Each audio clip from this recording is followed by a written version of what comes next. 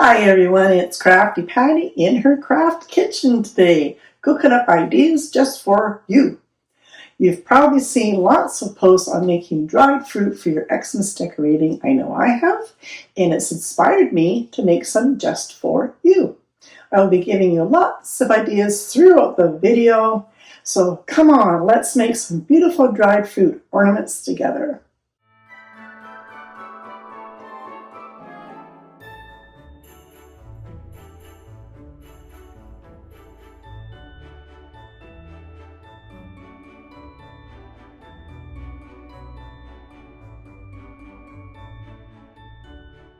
You'll want to set your oven temperature to about 175 degrees. I have grapefruit, navel oranges, mandarins, lemons, limes, pears, kiwi, and apple. I will be placing my cut fruit on a piece of parchment paper on the cookie sheets.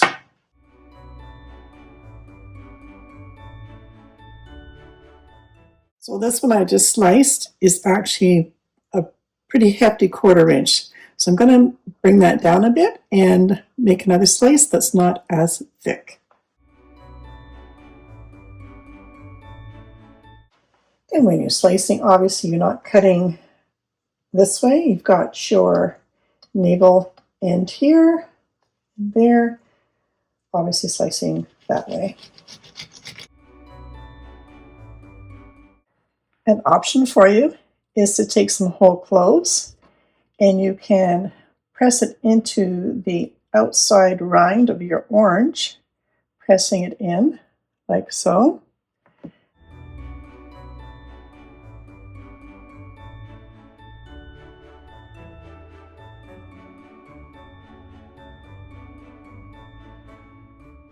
And some pear. I'm going to slice it down the middle. This is a very firm pear. It's not ripe. I wanted it firm so I could get a nice slice out of it. Now that I've got it down the middle, I'll get my 1/4 inch slice.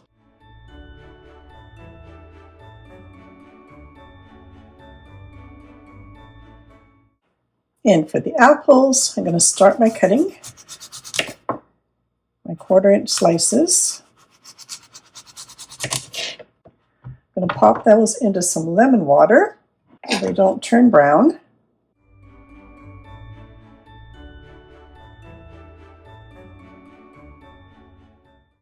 Leave them as is, especially when they've got that really pretty star shape in the middle,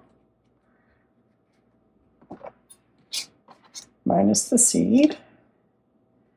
Or you can come in and use a cookie cutter and make shapes.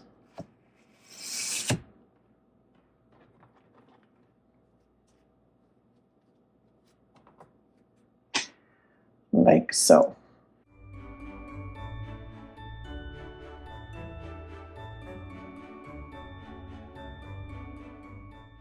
Got all these yummy little snacks I've got to eat now. Yum. And there's our 2 trays full of wonderful sliced fruit. And before you put them in the oven, just grab some paper toweling, and you want to soak up any excess moisture, and that will help speed up your drying time. Do the one side, flip them over, and do the other side as well.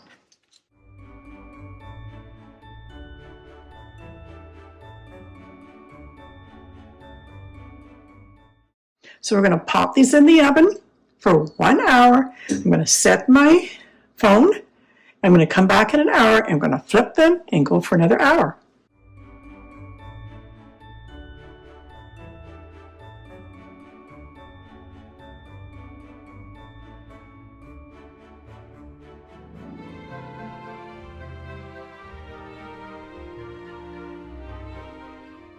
That was 3 hours for the apples, and they're still not dried.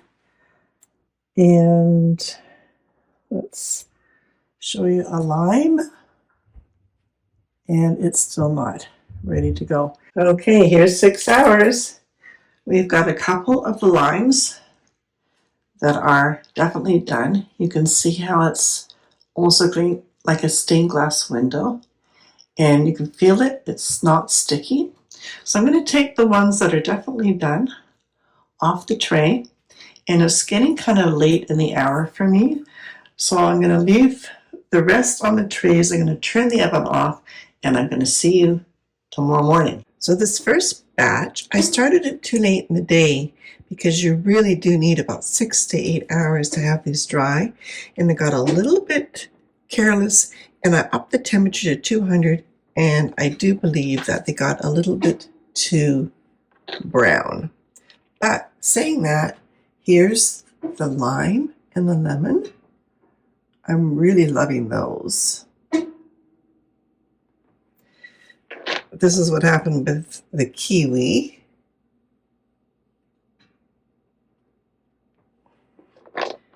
And I wouldn't suggest the mandarin orange, just something a little bit different. It's really more condensed, amazingly enough. The pear and the apple cutouts are absolutely adorable. I love the apple cutouts. Okay, I'm on my second batch, and this time I cut up all this fruit last night and just let it sit here. And now this morning I'm going to start my first hour of baking, and this time I'm going to keep it at a lower temperature of 170 degrees Fahrenheit. And like the other ones, you're just going to put them in the oven for an hour, take them out, turn them, and do that constantly, probably for about anywhere from 6 to 8 hours. You're just going to take out the ones that are done first, and then just keep flipping them. And here's the second batch. And just a comparison, where these ones I upped the temperature just to that 200 degrees, and that's the difference. You're going to get a little bit of a brighter color, keeping at a lower temperature, and just being really patient.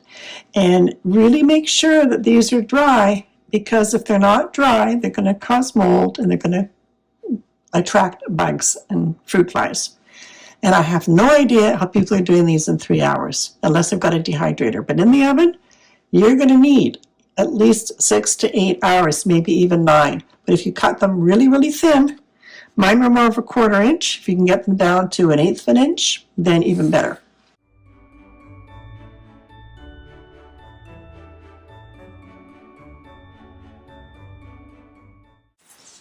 I'm using upholstery thread for stringing, and this is my choice to use some popcorn, but really anything goes. Fresh cranberry, and another popcorn, and let's put on one of our lovely oranges.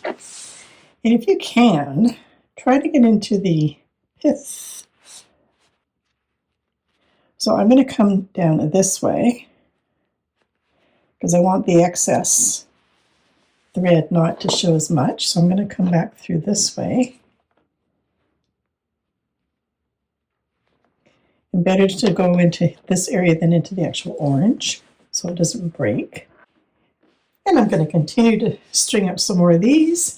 Then I'm going to show you some more ideas. I'm using the star anise that you can get from your local grocery store. And here I've got a little piece of cinnamon. And I've got some little beads that I've gotten from the dollar store. And some ribbon for hanging. And I'm going to show you how I put this together. I don't think I mentioned the baby's breath. This is the great opportunity. If you've got an orange that isn't so pretty in the middle, this is a great time that you can just add in some little accessories to the middle, and you can hide up that hole. So I'll start by placing just a little bit of hot glue, just to start off with the baby's breath.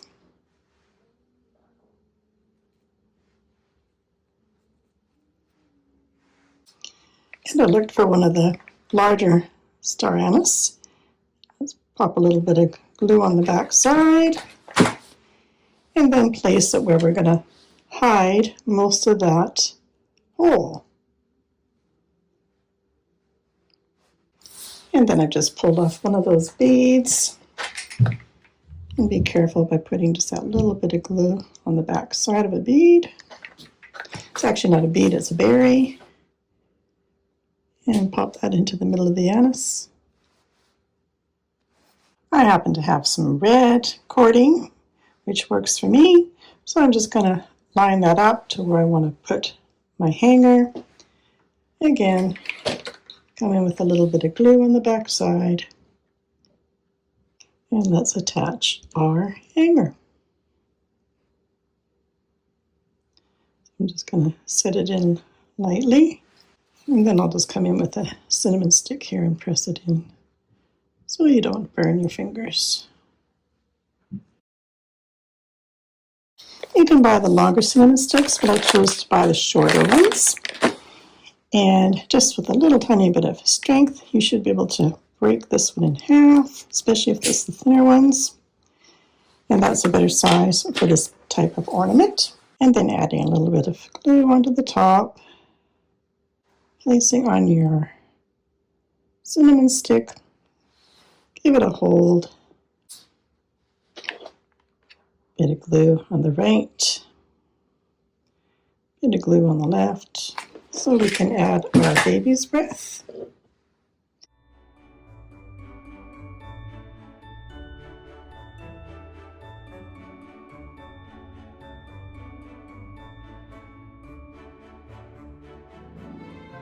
If you like the smell of licorice, then you're in for a treat with the star anise, because that's what this is.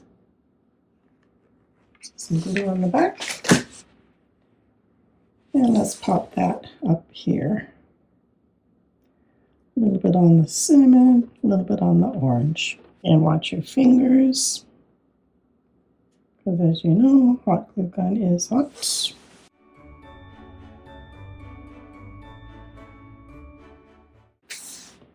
And it's nice to vary them up a little bit so they're not all identical, like these ones.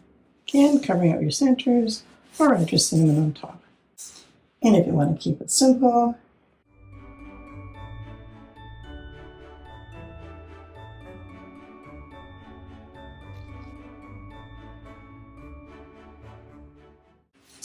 and I've actually decided to add some little red berries to the sides. And better probably if you apply the glue to the orange rather than to the little berry, so you don't burn your fingers. And there's another one. And here's another idea. These are bay leaves. You could put those on the bottom.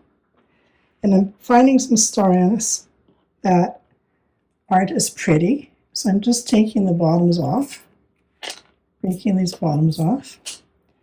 Then we can add those to the sides and the tops. And there's another one for you. That one's kind of fun. And it's endless what you can do with this dried pear. This wasn't my idea, but I found this on my tree of homemade ornaments, and someone's painted it gold. They've got a couple pieces of greenery, a cloth ribbon, and a little pine cone. And that's that. Another idea for you. And the little apple ones we made with the cookie cutters, I don't remember if I showed you this, but I did poke a little hole in there before it dried completely, and then it's much easier to get a little hook in there. And I'm just going to hang those ones just like that. And another idea, take one of your Christmas hangers and let's thread on 3 fresh cranberries. These will kind of slightly air dry too while they're sitting through the season on the tree. Not completely probably, but. And then just bring them all the way up to the top. Then what you're going to do is just rehook the bottom in, like so. And then you're just going to come back up through that bottom one, and that will hold them in place. And then you've got your hook on the top for hanging.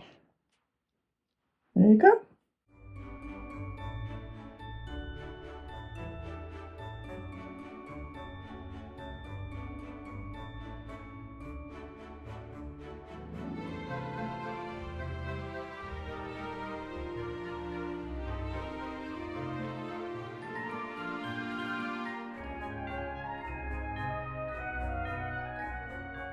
And so here's all the dried fruit and apples and pears and popcorn. And with the lights shining through the fruit, it's just gorgeous. And I'm in love with this little tree. Cranberries, on the bottom popcorn and bay leaves. And I'm really happy with the way it is.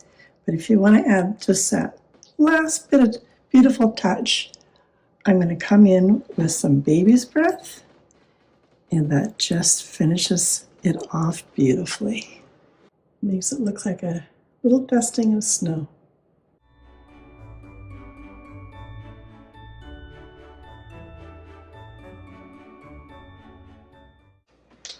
And so pretty with the light shining through. It looks like stained glass. And of course you don't need to make these just for the holidays. You can add a string and place them in your window all year long. Or add them to a parcel, like this one. I have lots of decorating in my home this year and so much more to show you. I've got another video coming up very soon, so don't forget to put on your notification bells and watch for the next one coming up. There'll be lots more decorating and lots more Christmas cheer. So bye-bye for now and see you real soon.